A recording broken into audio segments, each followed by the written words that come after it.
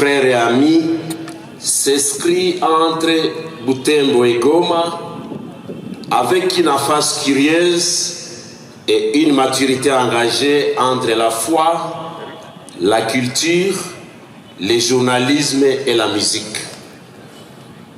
Ce récit n'est ni une glorification, ni un inventaire, mais un acte de mémoire, un hommage à ceux qui l'ont façonné, aimé, corrigé et accompagné.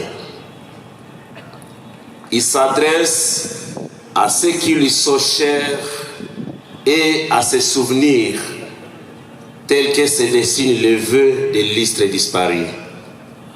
Il retrace sa vie tel qu'il l'a raconté, plein de souvenirs, de passions, de vœux, partageant ses joies, ses découvertes, ses engagements et ses rêves. Cette biographie conserve l'âme, les styles et les émotions de celui qui a vécu chaque instant. Chaque anecdote, chaque nom et chaque date rappelle une partie de sa vie et un fragment de son cœur, offrant au lecteur un portrait fidèle, vivant et touchant de l'homme qu'il fut. En naissance et première année, de 1966 à 1972. Magloire Paloukou est né le lundi 12 décembre 1966 à l'hôpital Mama Moussaï de Butembo, à pleine période de l'Avent, alors qu'un événement marquait le ciel. Très tôt, il portait les traits de son père et à l'âge de 3 ans, jouait déjà du clairon de la police de Tétéro. Ses premiers pas à 4 pattes se faisaient sur une peau de chèvre. Ses parents, Vérène et Évariste, les trouvaient souvent mystérieux, les cherchaient sur son lit pour les retrouver sous la véranda. Il était un enfant quelque peu mystérieux, dont la personnalité intriguait ceux qui l'entouraient. 2. Installation à Goma, éveil scolaire et culturel. Là, nous prenons de 1969 à 1976. En 1969, son père installe la famille à Goma où il travaille chez T. Lipton. En 1973, Magloire commence ses études primaires sur des décisions et une obligée éducation. Ses enseignants, Mulilikwa, Kanyere, Muganza, Machagiro et Bavo, les considèrent comme un élève appliqué. À 9 ans, il devient d'ancien pionnier du Impair, distinction accordée par le commissaire Ndebo. En 1976, son esprit inventif s'affirme. Il construit ses premiers avions et voitures à carton, affirmant déjà une personnalité originale et curieuse, nourrie par les jeux d'enfants. 3. Jeunesse, sport et première création artistique. Là, nous prenons la période de 1977 à 1980. En 1977, Magloire s'impose comme l'un des meilleurs footballeurs de son équipe du quartier Brazza, actuellement Virunga. Ses surnoms de jeunesse incluent Papa Wemba et surtout Manque, en référence au numéro 4 de Vita Club de Kinshasa qu'il incarnait. En 1978, il écrit ses premières chansons et devient chanteur, micro à plastique, Livio à la main. 4. Retour à Butembo, vocation religieuse et explosion artistique, de 1981 à 1986. En 1981, Son grand-père, Monseigneur Emmanuel Kahongia Kasembe, troisième plus vieux prêtre du pays, et décoré par le pape Jean-Paul II, le ramène à Butembo. La famille espère alors qu'il deviendra un beau prêtre. Parfois, Magloire regrettait d'avoir manqué cette vocation. Il a entamé une nouvelle vie, à la fois religieuse et artistique, sous l'influence du père Charles Mboa. Il développe un amour profond pour la musique, la poésie et le théâtre, et apprend à jouer de la guitare, de l'harmonium, du piano et de la flûte. Déjà, il admire les talents de Monseigneur Sondiria et prend pour idole Joey Akepismas, Lucien Deis, John Littleton et Michel Wakenem. En 1983, les pères débordent l'initié au journalisme. Ensemble, ils produisent les bulletins Moto, ancien Eritumo. Sous son aide, Magloire fonde la chorale française Notre-Dame de Grâce avec sa cousine Aldegonde et ses amis Simafrose, Clara, Jean-Marie et Kakusa, avec le soutien de son maître de solfège Madingo. Après son exclusion du collège pour avoir manqué son rôle principal dans la pièce, Siariakula, il retourne à Goma, à l'Estigo où ses enseignants Nguba, Mosange, Vedast, Mama Sabine et Musumba le forment à l'animation culturelle, au journalisme et à l'enseignement. 5. Enseignement, théâtre et journalisme engagé, de 1987 à 1995.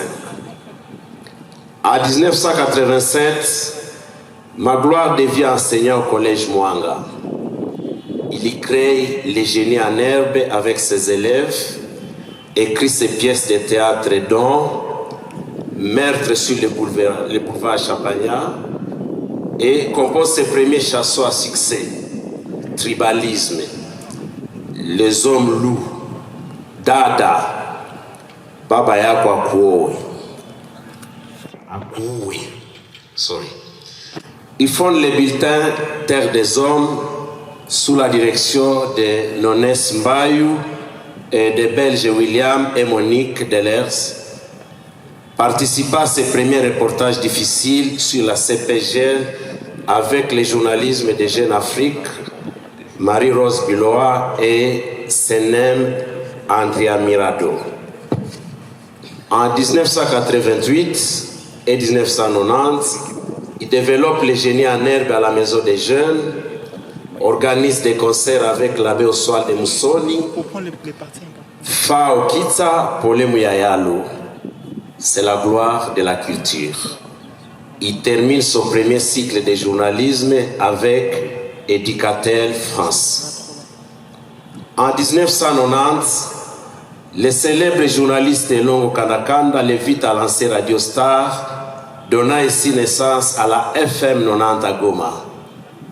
Avec ses amis, il crée l'émission emblématique L'As de la semaine, inspiré du carré d'As de Jean-Pierre, charbonnier de RFI, qui révélera de nombreux journalistes à Goma. 6. Carrière régionale et engagement national, de 1992 à 2001. De 1992 à 1996, Magloire parcourt le Rwanda, le Burundi, la Tanzanie, Madagascar, ainsi que Goma et Butembo comme musicien, pianiste et guitariste, chanteur et chroniqueur radio, après sa formation dans l'orchestre Ejo de l'hôtel Caribou. Entre 1996 et 2001, sur instruction de son directeur et propulseur de Radio Star, Joseph Kafou Karoudjamizi, il est envoyé suivre la rébellion de l'AFDEL de Laurent Désiré Kabila qui les récupéra pour devenir les journalistes des journaux parlés. En 1997, il devient présentateur des magazines de l'RTNC Kinshasa et journaliste chargé du monitoring au cabinet du chef de l'État sous la direction de Lambert Kaboy, une période que lui-même décrit comme un escalier sans retour. 7. Enfin, vie professionnelle et projet. 2001 à 2025. De 2001 à 2025, Magloire Paluku concentre sa vie sur ses amours et ses engagements. Sa mère, sa famille, ses enfants, ses projets, sa fondation Magloire Paluku avec les labels Mapalcave, ainsi que sa future radio New Kivu One destinée à Goma. Il poursuit son investissement dans les radios New Kivu One en consolidant ses activités selon des fondateurs entre 2017 à 2020. De 2020 au 8 mars 2024, Magloire a occupé successivement les postes de conseiller à Kinshasa dans différents ministères, dont le ministère de la Culture et des Arts. Et il a été aussi dans le ministère de l'Enseignement supérieur universitaire. À partir du 8 mars 2024, il adhère au mouvement Alliance Fleuve Congo, barre M23, marquant un nouveau chapitre dans son engagement public. Pour ses enfants, il était un père attentif et profondément présent. Pour sa mère et tous ses proches, cette biographie constitue un témoignage fidèle de sa vie, de ses souvenirs et de ses vœux. En refermant ces récits, je rends hommage à Magloire Paluku, à sa vie, à ses copains et à ses passions, espérant que ses souvenirs, ses engagements et son exemple continueront d'inspirer ceux qui les lisent et ceux qui l'ont aimé. Je vous remercie. Merci beaucoup. Shalom. Shalom tous. Je suis M. Bernard Bahati. Je suis entrepreneur de la ville de Goma. Je connais Magloire depuis plus de 16 ans, jour pour jour, que je partageais avec lui, que ce soit ici à Goma, à Kinshasa. On a été ensemble et puis on s'est retrouvés encore une fois ici à Goma depuis février. Magloire, c'était un homme bien. C'est pas parce qu'il est mort qu'on va le dire comme ça. Il avait un cœur très ouvert. Quand il est revenu de l'Europe, Magloire m'a contacté. Il m'a dit, Bernard, nous devons changer cette ville. Nous devons changer Goma. Nous savons comment est-ce que Goma est né. Nous sommes les fils de Goma et nous devons faire des choses pour la ville de Goma. Et pour commencer, il faudrait qu'on commence par l'éducation des masses. Et comment on va le faire? Il faudrait qu'on se lance dans les médias. Parce que je savais que lui, il était toujours amoureux du micro. Il aimait le média. C'était sa passion. C'était son amour. Et là, il a fondé Kivu One. Avec Kivu One, je pense que nous savons tout ce qui s'est passé dans la ville de Goma. Comment est-ce qu'il a aidé au changement de cette ville. Aujourd'hui, on parle, Goma est parmi les villes les plus propres, si pas la première ville la plus propre de la RDC. Papa Magloire a beaucoup contribué parce qu'avec lui, on s'est lancé dans ces challenges-là. Après cela, nous avons fait d'autres projets parce qu'il aimait beaucoup la musique. Il a soutenu beaucoup d'artistes de la ville de Goma. Beaucoup se connaissent aujourd'hui.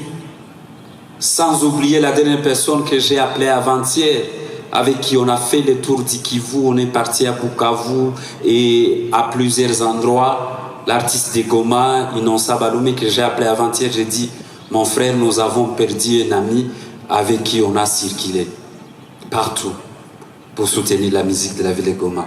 Non seulement la musique, le football, on a fait des tournois au stade, nous avons fait beaucoup de choses avec lui.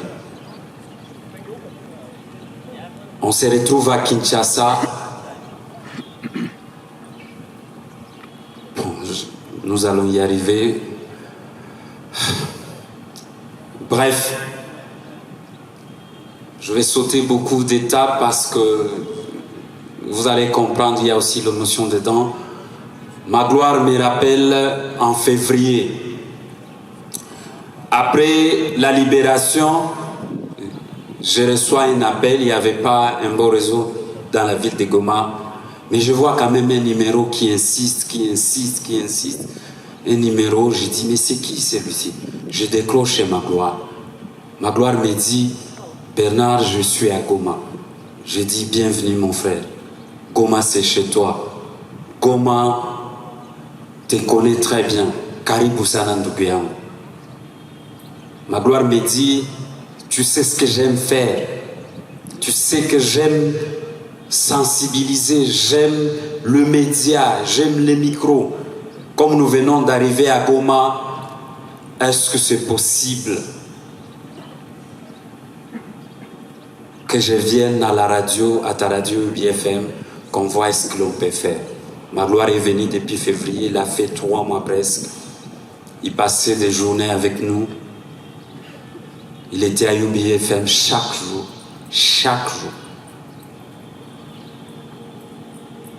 Je ne peux pas oublier le moment passé ensemble.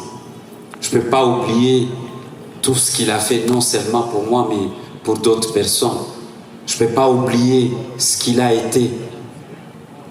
Et Goma, je ne pense pas que Goma peut oublier ce que Ma gloire a été pour cette ville. Beaucoup de jeunes ont fait des études grâce à Ma gloire Paluku.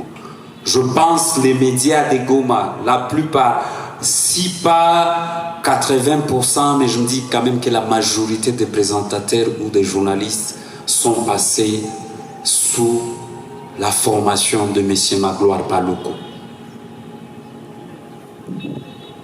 Je ne peux pas quand même manquer aussi de les dire et de les souligner sous l'autorisation du coordonnateur que quand il est arrivé à Goma, c'est lui qui est venu me prendre à la maison et me dire « Va saluer ton frère ».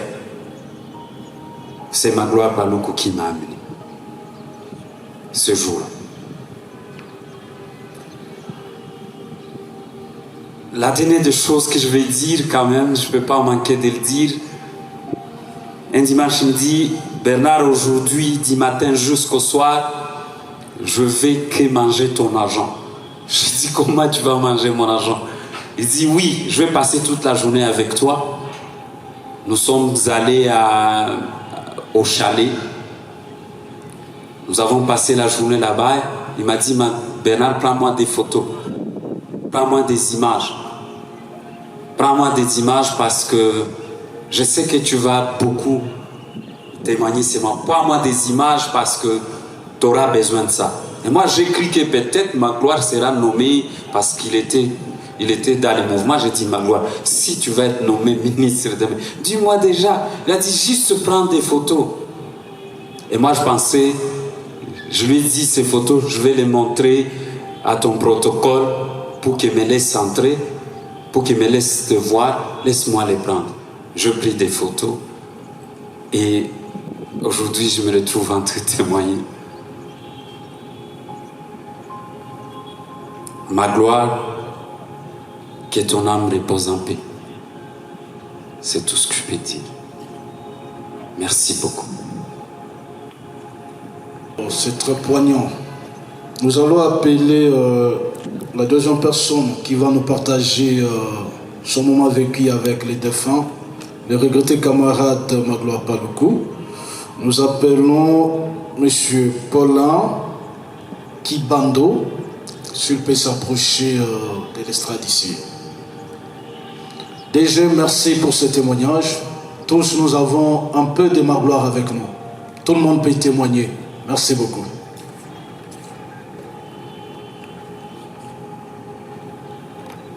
Je ne sais pas par quoi commencer, mais je salue tout le monde, toute la présence qui est ici, parce que nous sommes là juste pour rendre hommage à notre regretté père, fondateur, innovateur et plus grand révolutionnaire des médias de Goma. Je vais d'abord me présenter. Moi, je suis ingénieur Paulin Kibandou.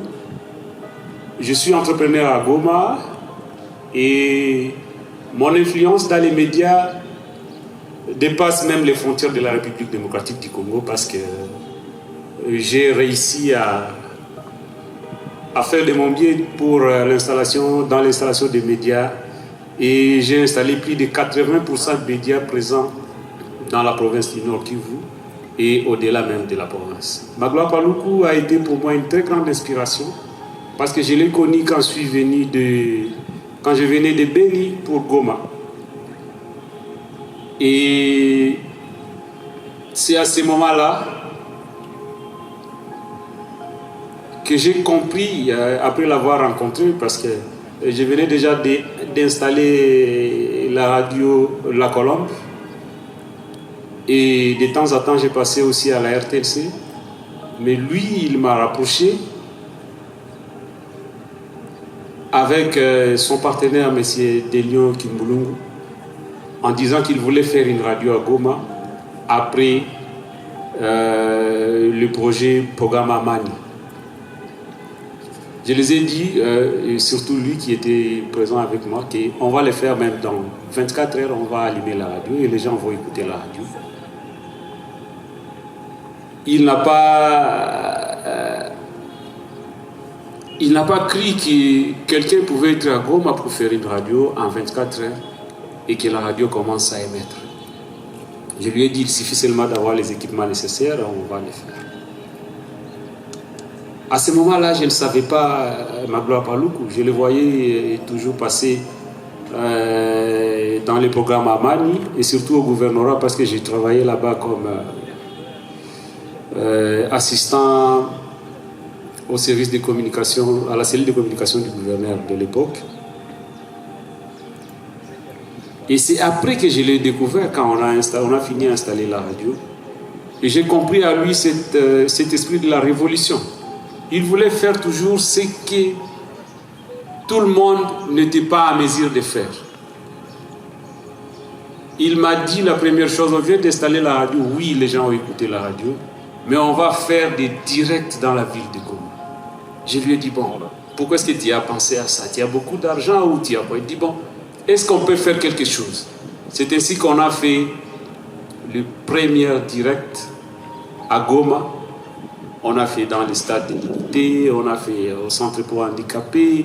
Et aujourd'hui, là, si on est en train d'être suivi partout dans le monde maintenant, là, c'est parce que lui, il a quand même osé commencer qu'on puisse commencer à faire des directs, des lives. Quand il y a quelqu'un ici, puisque je me souviens avant lui, on faisait appel à Al Jazeera qui venait à Goma quand il y a des événements.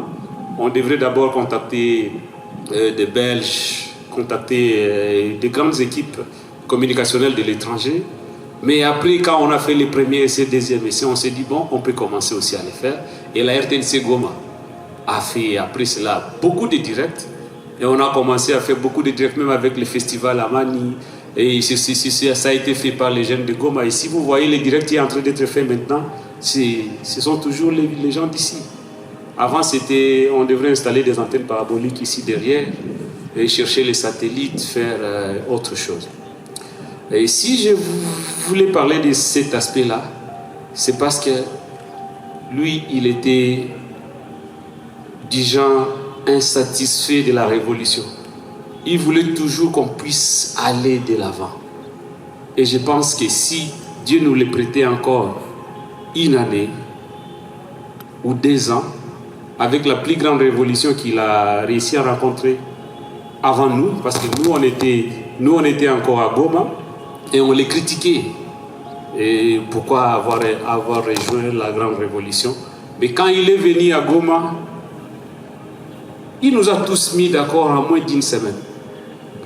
Il nous a fait comprendre que la révolution qui arrive à Goma, nous ne l'avons jamais connue. Et lui, s'il a accepté de rejoindre cette révolution, c'est parce qu'il a mené beaucoup d'études et beaucoup de réflexions.